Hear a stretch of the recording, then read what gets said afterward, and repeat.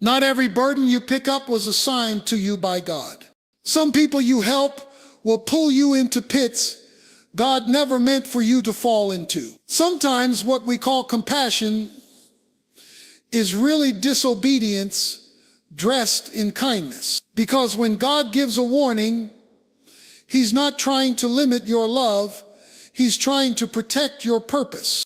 God is a God of mercy, but also of order, wisdom, and discernment. And today we're going to talk about the 7 types of people God warns you not to help, not because you're better, but because you're being called to be wiser. Helping the wrong people at the wrong time can delay your destiny and block your blessings.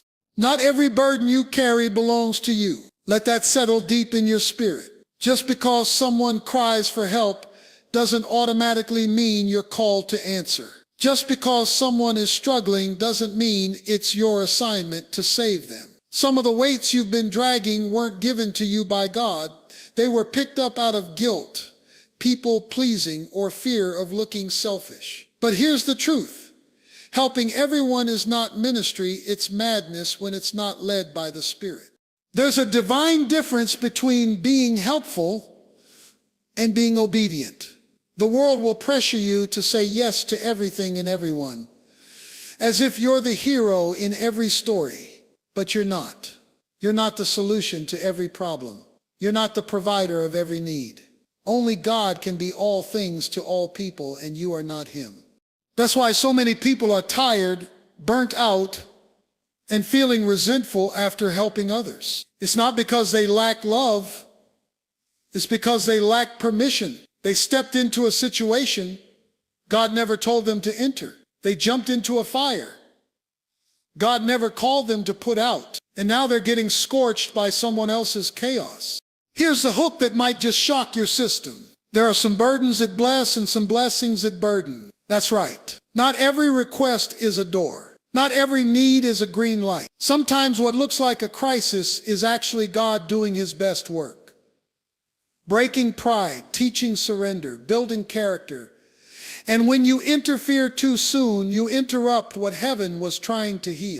Look at Jesus. He had the power to heal every sick person, feed every hungry crowd, and raise every dead body. But He didn't. Not because He didn't care, but because He understood timing, purpose, alignment. He stayed in step with the will of the Father. He only did what He was sent to do. That's divine order. That's spiritual discipline. That's walking with power instead of pressure. But let's be real. Some of us keep dragging burdens that were never blessed. We're running around fixing people who don't want to be fixed, pouring into cups that have holes, sacrificing peace for people who refuse to change. And then we wonder why our lives feel stuck, why our energy is low, why our purpose feels blocked. Could it be that you're busy doing good things that were never God things? Here's the hard truth, wrapped in love. Every time you say yes to a burden God didn't give you, you say no to a blessing He did.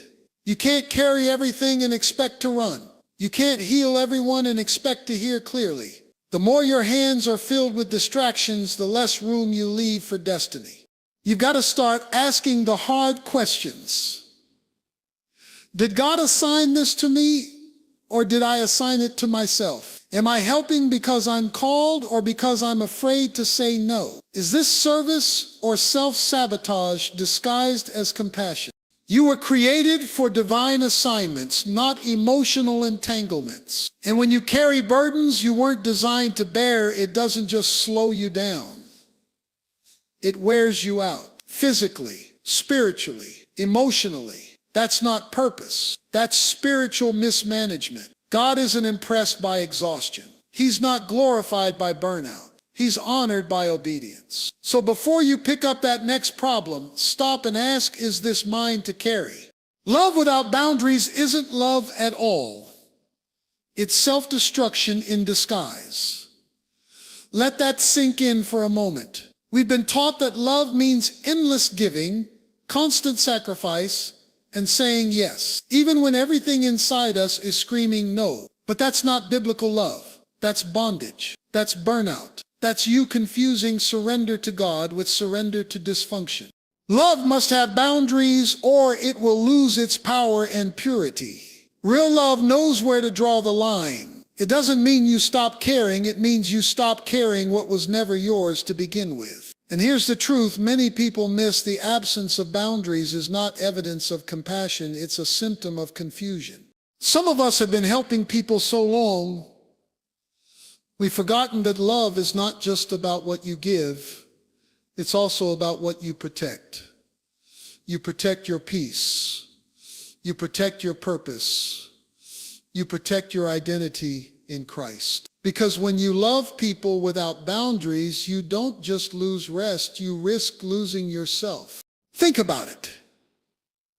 Even God sets boundaries. He gives commands. He draws lines. He establishes order. He says, you may enter here, but not there. He separates the light from the dark, the holy from the profane, the sacred from the common. And if God himself sets limits, why do we think we're being more godly by refusing to? Here's a hard but necessary hook. If your love never says enough, it will eventually say, I'm done. That's how resentment is born. Not from a lack of love, but from a lack of limits. You give, and they take. You say yes, and they expect more. Before long, you're running on empty, snapping at everyone, and wondering why your spirit feels dry. You're drained because you've been pouring into places God told you to guard.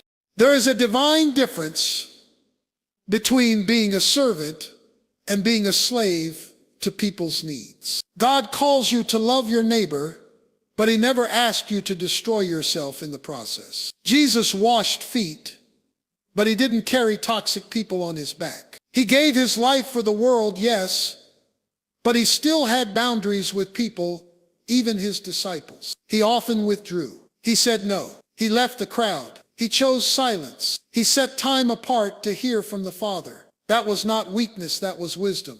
You were not designed to be everyone's emergency contact. You are not God's backup plan. You are not the solution to every problem.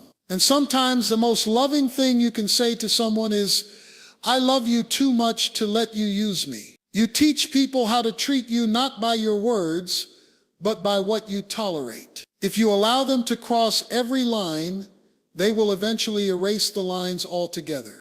Here's another wake-up call. Boundaries don't break relationships. They reveal the ones that were only built on your constant sacrifice. If someone only stays because you never say no, they were never connected to you. They were connected to your benefits. That's not love. That's dependence dressed up like loyalty. You can't keep saying yes to others while screaming no to your own soul. You can't keep being a lifeline for people who are committed to drowning. You can love people deeply and still create space. You can care with all your heart and still protect your energy. The cross is proof that love is sacrificial, but it's also holy. And holiness requires separation, distinction, and boundaries that align with the will of God. Discernment is not just a spiritual gift. It's a survival tool. It's how you recognize the difference between a divine opportunity and a demonic distraction. It's how you tell when someone needs your hand and when someone is pulling you into a trap. Discernment is what keeps you aligned with heaven. When everything around you is screaming for your attention, it's not optional, it's essential. Here's your wake-up call. Not every voice deserves your response. Not every need deserves your involvement, and not every open door was opened by God. The enemy doesn't always show up with horns. Sometimes he comes disguised as a desperate text, a crying voice, a guilt trip, or even a false opportunity wrapped in urgency. Without discernment, you'll keep stepping into things that look good but lead nowhere. You'll confuse obligation with assignment, and that confusion will cost you peace, time, and power. One of the enemy's greatest strategies is distraction through deception. He doesn't just try to destroy you with sin, he tries to detour you with things that seem right. That's why your heart can't be the only compass you trust. The heart can be compassionate, but it can also be misled. Emotions will have you rescuing people God is trying to break. Feelings will have you running to put out fires that God is using to refine someone. Discernment is what tells you step in here and just as powerfully back away from this one. Discernment isn't about being judgmental. It's about being responsible. It's understanding that just because a situation is urgent doesn't mean it's yours. Not every crisis is your calling. Not every problem is your assignment. Some things are there to see if you'll stay focused on your lane or fall for distraction dressed up as duty. That's how many people miss their moment, by answering calls they were never meant to pick up. Here's a heavy truth. You can be drained by doing good things that were never God things. That's right. You can feed people, give advice, show up, sacrifice, only to realize later you weren't supposed to be there in the first place. God didn't send you, your emotions did. And when emotions become your GPS, you'll always end up lost, disappointed, and frustrated. But when the Holy Spirit leads you through discernment, you move with clarity. You move with conviction. You know what's for you and what's not. Some of you have been asking, why do I feel stuck? But the real question is, who or what have I attached myself to that God never approved? If the enemy can't destroy you, he'll drain you. He'll attach leeches to your spirit.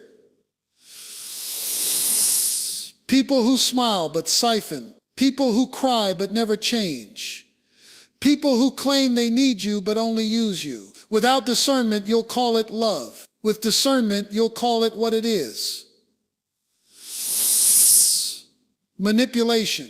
And manipulation thrives where discernment is absent. That's why God calls us to walk by the Spirit, not just sentiment. The Spirit sees what your eyes can't. The Spirit knows what your emotions won't admit. The Spirit will whisper, stop, when everything else says go. The more you practice listening, the more your life becomes aligned with heaven's rhythm.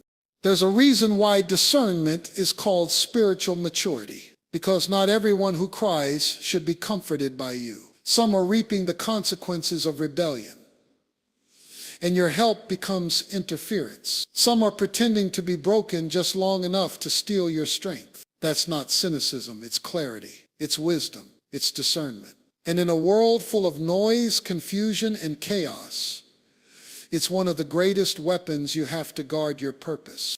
You can water a dead tree for years, but that won't make it grow. And some of us are doing just that, investing in people, places, and patterns that will never produce fruit, no matter how much love, time, or energy we pour into them. Why?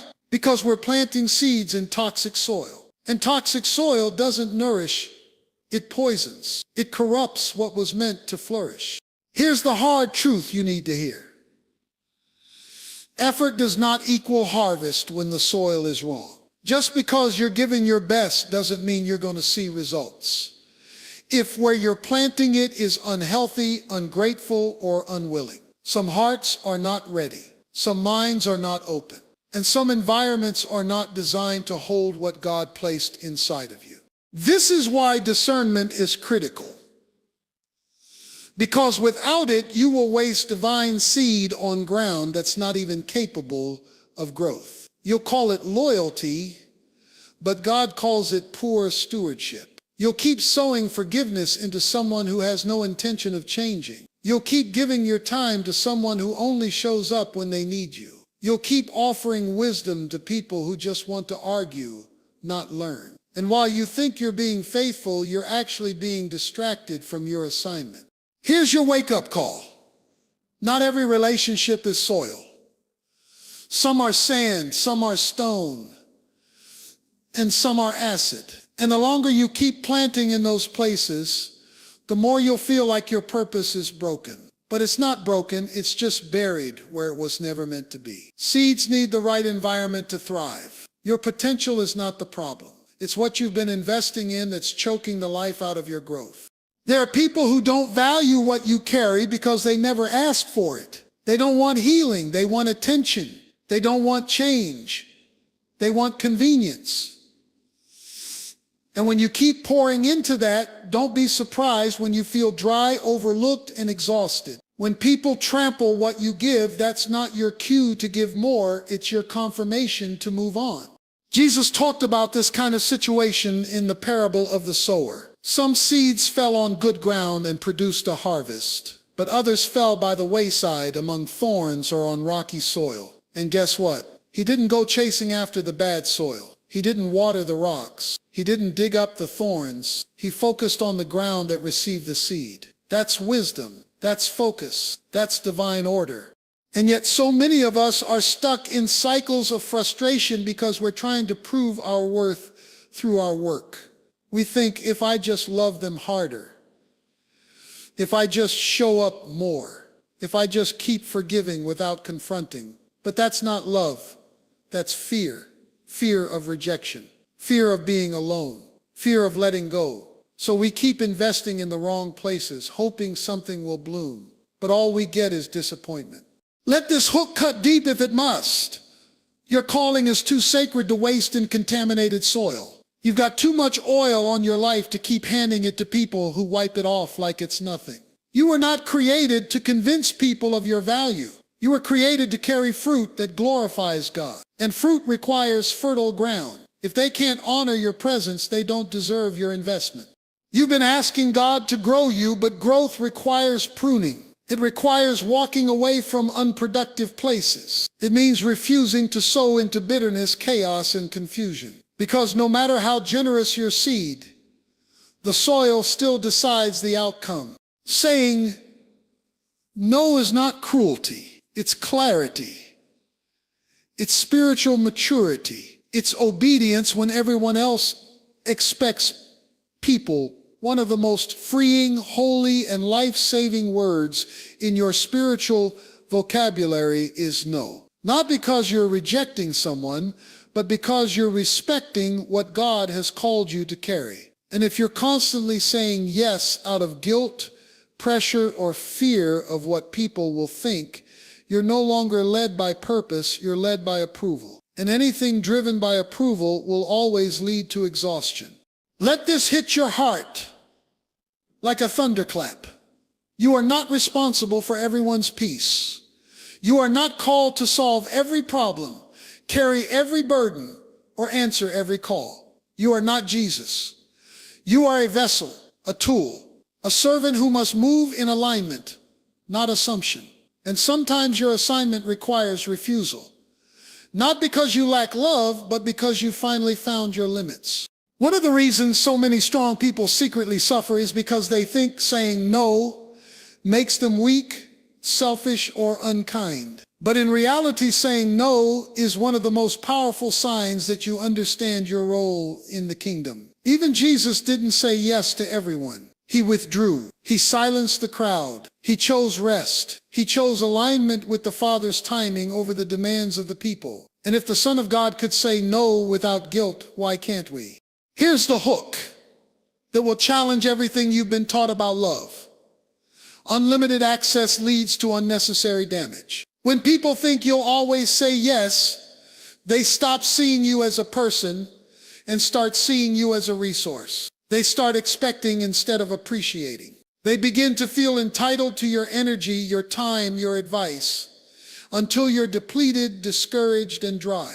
And it's not their fault for asking. It's your responsibility for never setting the boundary. Sometimes we confuse obedience with overfunctioning. We think being a good Christian means always showing up, always saying yes, always giving, even when our soul is screaming for rest. But God never asked you to destroy yourself in order to prove your worth. There's a difference between sacrifice and self-neglect. One is holy, the other is harmful. And the line between them is called discernment. You've got to stop feeling bad for protecting your purpose. You've got to stop letting guilt drag you into assignments God never gave you. People will be disappointed when you start saying no. That's okay. You are not here to live for their comfort. You are here to live for God's calling. And that calling comes with discipline, with priorities, with knowing when to step up and when to step back. It's not your job to be everyone's emergency responder. It's not your job to be the solution every time someone else lacks preparation.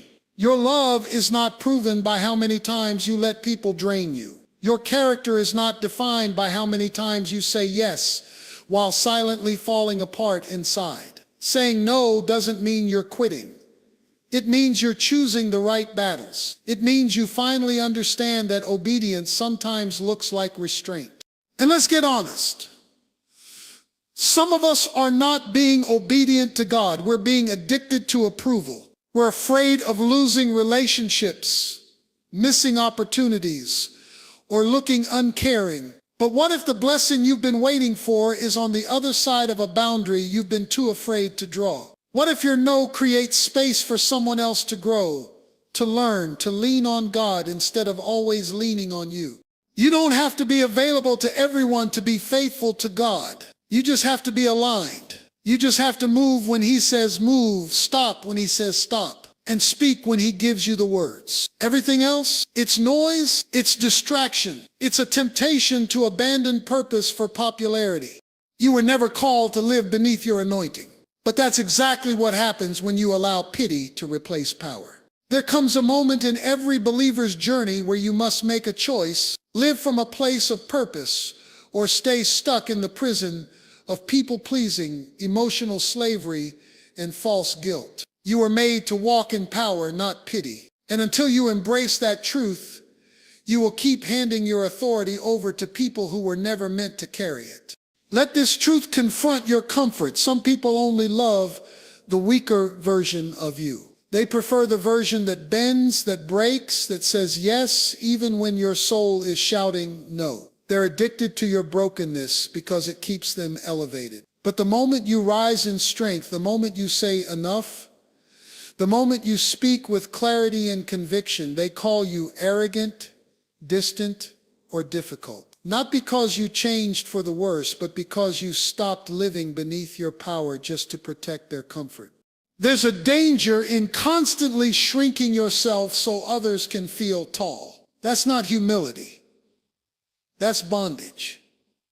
And the enemy thrives in that space. Because if he can't destroy your calling, he'll try to disguise it. He'll convince you that being silent is being spiritual, that staying small is being humble, that laying down is being loving. But that's a lie wrapped in religiosity. You were not created to be stepped on. You were called to walk in dominion. Stop apologizing for your authority. Stop diluting your truth so others don't feel convicted. Stop playing weak so the insecure don't feel challenged. The moment you realize that your strength is not a threat, it's a testimony, is the moment you'll stop handing it over for free. Your growth will offend people who were comfortable with your wounds. Your healing will trigger those who fed off your brokenness. But your job is not to stay sick so others can stay secure. Some of us have been trained to equate kindness with being a doormat. But there's nothing kind about letting someone repeatedly dishonor your boundaries, manipulate your emotions, or drain your spirit. That's not love. That's fear parading as grace. And where there is fear, power cannot flow freely. Power doesn't beg to be understood. Power doesn't ask for permission to be whole. Power stands in truth even when truth is unpopular. The word says that God has not given you a spirit of fear, but of power, love, and a sound mind. That's your inheritance. That's your identity. You don't have to earn it, you just have to stop trading it for validation. Every time you allow guilt to dictate your decisions, you are handing over the very authority that Jesus died to give you. That's not humility. That's a spiritual hijacking of your purpose. There will come a time when you must stand firm, not with cruelty, not with pride, but with holy confidence, the kind that doesn't flinch when people leave. The kind that doesn't break when others misunderstand your boundaries. The kind that doesn't bend every time someone calls you selfish, for protecting what God gave you. That's not selfishness. That's stewardship. Here's a powerful hook to anchor your heart. You do not owe access to people who only honor you when you're broken.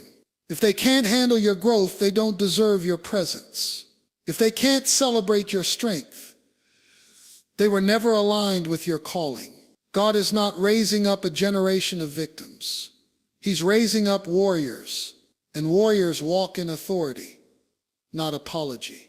You've cried long enough. You've apologized too much.